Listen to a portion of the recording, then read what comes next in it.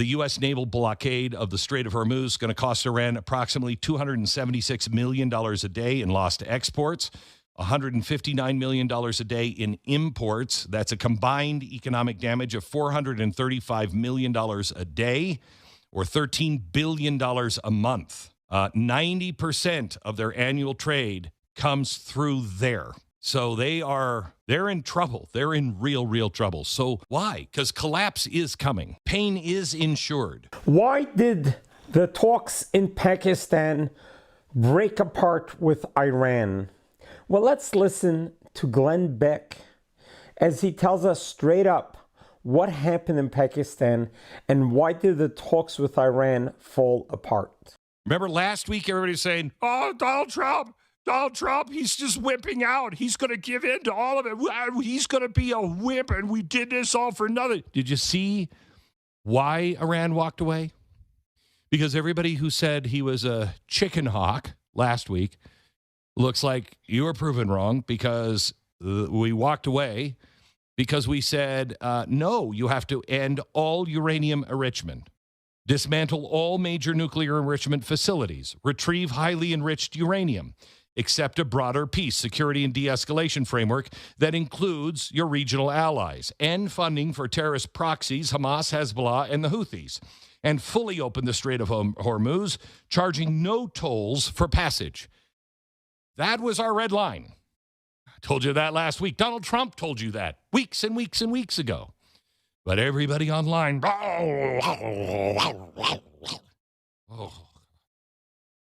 there's a really important reason I am starting with the rabid dogs, because it is why these talks fell apart yesterday.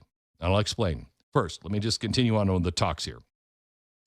Trump immediately announced the U.S. Navy was going to enforce a full blockade of the Strait of Hormuz. Now, what does that mean? Because I thought we were here to stay. We got to keep the Strait of Hormuz open. Yeah, for the love of Pete. Think, people, think. He's meaning he is going to make sure that it is open, but if you get any oil from Iran, you're not moving. If you are paying a toll to Iran, you're not going anywhere. But he will keep the strait open for everybody else. That's what he's talking about. He's going to interdict any ships paying the illegal tolls. He's clearing the mines. He did that as soon as they sat down at the table. He went in there and he started clearing the mines. And he's going to prevent entry and exit for any ship that is headed towards Iran. 2-week ceasefire, now on life support, especially with Israel still hammering Hezbollah and Lebanon. But, you know, Iran is saying, we don't control them. Yeah, well, we can say we don't control Israel. One of us is telling the truth. The other one's not. This is exactly the leverage that Trump telegraphed. He said it was coming. Iran came ready to negotiate, but believed it held enough cards. And when you look at it, you got to ask yourself, what cards do they think they hold? What cards do they hold? Oh, I'll tell you here in a second. But here's what we learned. So far, Iran is not suicidal in the conventional sense, okay? I told you these are 12ers. They believe, that chaos and martyrdom will hasten the return of the promised one and end of the times and blah, blah, blah. They still believe all of that crap, okay? However, it's not hardline. What's happening here is they are looking at this and saying, that's real. However, there's enough people at the table who are like, yeah, you can frame suffering as sacred destiny, but we'd rather not all die, okay? The delegation that showed up proves that they calculate survival. There were enough people at the table. They brought everybody they needed to bring. This was not a joke of a ceasefire or a peace hearing, okay? But they weren't purely death cult. They're a hybrid. They're also not purely regime preservation and proxy leverage. They're a hybrid. So I'll show you here in a minute. We have a guest who's done the math, and he'll show you the suffering that they will actually have. The U.S. naval blockade of the Strait of Hormuz is going to cost Iran approximately $276 million a day in lost exports, $159 million a day in imports. That's a combined economic damage of $435 million a day, or $13 billion a month. 90% of their annual trade comes through there. So they're in trouble. They're in real trouble. So why? Because collapse is coming. Pain is insured. What do they see that we don't? You're not going to like the answer. It's not missiles. It's not that they have secret weapons. What do they see that we don't? They see us. They see our domestic divisions more clearly than we do. Social media has turned the fog of war into a superpower. It really is. Every oil price tweet, every anti-war clip, every MAGA versus neocon argument is amplified, and it's heard all over the world. They believe that Trump is transactional, and he hates forever wars. They believe that. Other podcasters don't, but they do, and they know that he might settle for a face-saving deal if the pain, gas prices, stock market, hits you. They also know America is really tired of these wars. We're polarized, and sustained pressure could fracture U.S. support the way it did in Iraq and in Afghanistan. They also see that global dependence on oil gives them asymmetric power. Close to the strait, even partially, you close that and the world screams at Washington, not Tehran, and they know that. They also know China and Russia will backstop them. Weapons, diplomatic cover, oil purchases. Or so they think. Now, here's what they really see. They believe their people will endure hardship under martyrdom narrative longer than the Western public will tolerate high gas prices. So this isn't, they don't have any real power in a military sense because they're way overmatched. They're done. Their power comes in time. They believe time and pain on our side will win the war for them. That's what's really happening here. Okay? When you look at all of this, you have to realize it's us that they see. It is us. That's why it is so incredibly critical to make sure that we can argue amongst ourselves. But when you go online, that is global now. That's all global. Okay? So what do? Well, we listen to the warning that the fog of war is now amplified. TikTok, X, Instagram, everywhere. MAGA voters especially, don't let podcasters or party loyalty, march you into a team war. Don't. Wait. Just wait. Process the facts. The Iranian regime is a civilizational threat. It is. It's rooted in this 12er eschatology that says the Antichrist, they think it's coming from us, we think it's coming from them. The Antichrist is coming, and they will hasten the return of all of that, okay? So process the facts, know what they actually believe, and then stand up for us defending what is important to us without becoming the world's policeman. We don't need to be the world's policeman. I don't want to be the world's policeman. I don't want to be in another war, okay? I don't. But when you're playing big stakes, buck up. So last week in a tweet, nobody talked about, because I don't think anybody understood it. I did. I don't think anybody understood it. Donald Trump tweeted out, world's most powerful reset, President DJT. What does that mean? I have been telling you since maybe day 70 of his regime, oh my gosh, do you see what he is doing? I didn't even expect this. Do you see what he is doing? He is resetting the entire world. What the WEF took 30 years to set up and then not accomplish yet what the United Nations spent almost 100 years trying to accomplish and hasn't, Donald Trump has done in his first year and a half. And it's about to close the door here. He is resetting everything into an America First position. Now, yes, it's costing us money. It's costing us money and treasure and possible blood. It is costing us money at the gas station. I went yesterday to fill up the gas tank of the car, and oh my gosh, I don't know how the average person is affording any of this. I don't know. It can't last. We can't continue down this way. But if we can hold on, we win. It is a great reset, but a good one, a good great reset, if you will. And the president in his tweet just verified this last week. So I'll explain all of that coming up in just about 45 minutes from now. I want to give you the numbers. I mean, look, I can give you an opinion. Everybody has an opinion today. We don't have enough facts. I can give you an opinion, but I want to really leave you with the facts of the day.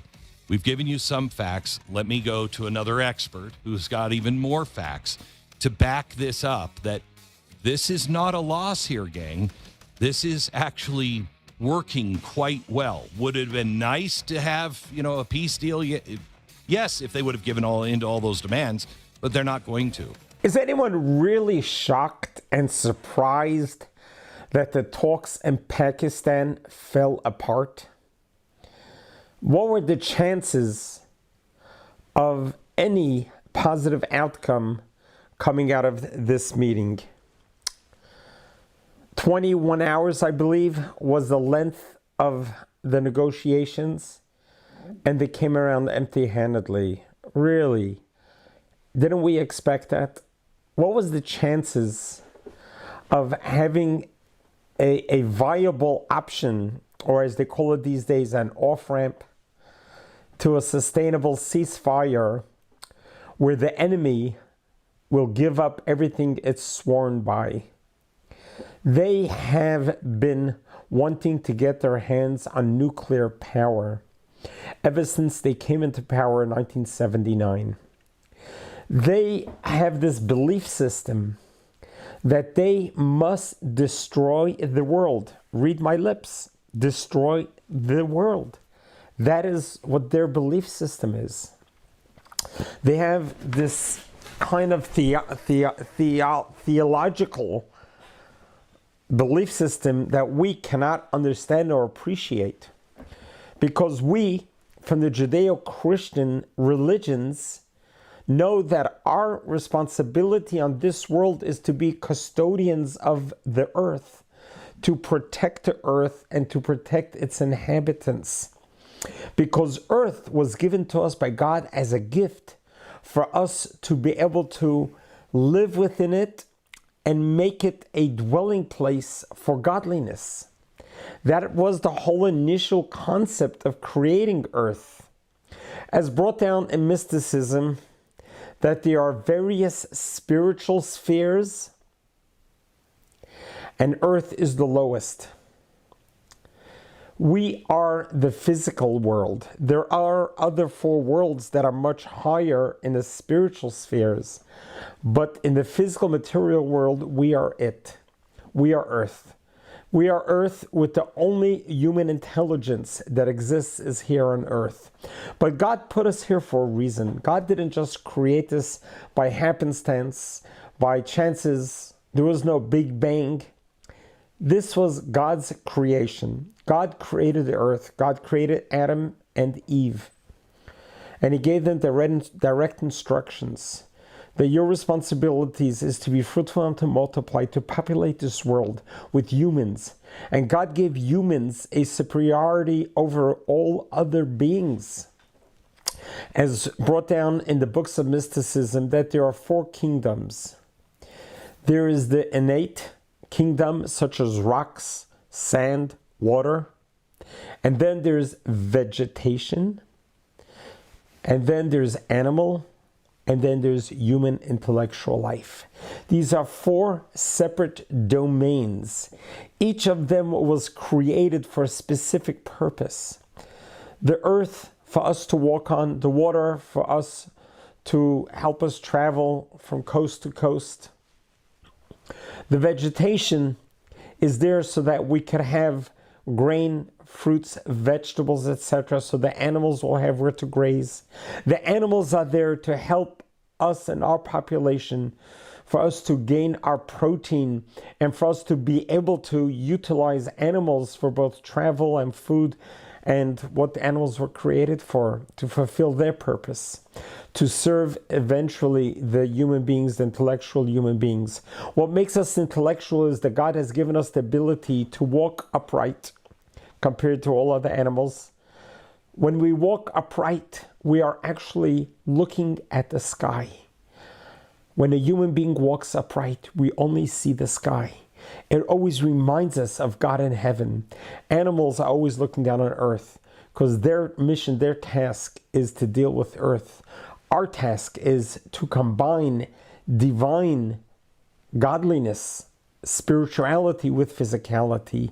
And this is why we're always standing erect and looking up, so we should see the sky and always think about our Creator, always think about God. But with that, God gave us free will.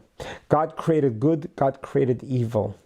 God gave us the ability for good to outshine the evil. Light pushes away darkness. When God created the world, it began with darkness. That was the very first thing, was darkness. Only after darkness, He created light, and light transformed the darkness. So we are living right now in the 21st century, and we fast forward from Adam and Eve 5,786 years later. We are facing an evil that is the antithesis to godliness, antithesis to spirituality, and the antithesis to life. It is a death cult. It is a doomsday group. It is a group that wants to destroy the world, and they believe when they do that, then their iman will rise and it will be better for everyone. That anyone who doesn't believe what they believe is considered an infidel and needs to die. That is the war that we are fighting right now. We are fighting for our survival. Israel is fighting for our survival. Iran has made it very clear that their goal is to annihilate Israel off the map, wipe Israel off the map. And they sing it every day. When they had a parliament and they would open parliament, death to America, death to Israel, they weren't just words, they mean it. Hitler meant it also, and he followed through by exterminating 6 million Jews and millions of others. We know now better. Never again is today. Bibi Netanyahu and Israel has been able to defend itself now. Very different than 88 years ago. Facing Hitler, he was known to defend the Jewish people. Now we have an Israel Defense Force. We are a nation, we are only trying to defend ourselves. All we ask for is live and let live. And this is what Glenn Beck is trying to share with us, his insights, and for us to understand and appreciate what our President Donald J. Trump is up against and what the United States of America is dealing with. And the Straits of Hormuz, there definitely is an area that Iran is keeping the world hostage. And America is going to come and free the world from these captors. So let's pray and we hope that we succeed. We eliminate this enemy. We neutralize this terrorist regime. And we bring back a democracy whom the Iranians, the 93 million Americans, can vote for in a constitution. And they can begin utilizing the revenues from their resources, the natural resources, the gas, the oil, etc. And it could begin being reinvested in a citizenship versus in a nuclear ballistic war of destruction. It's finally time that Iranians, the 93 million innocent Iranian civilians, gain their freedom, get restored their religious rights, the human rights, and the women's rights, and let them become free again. God bless you. God loves you.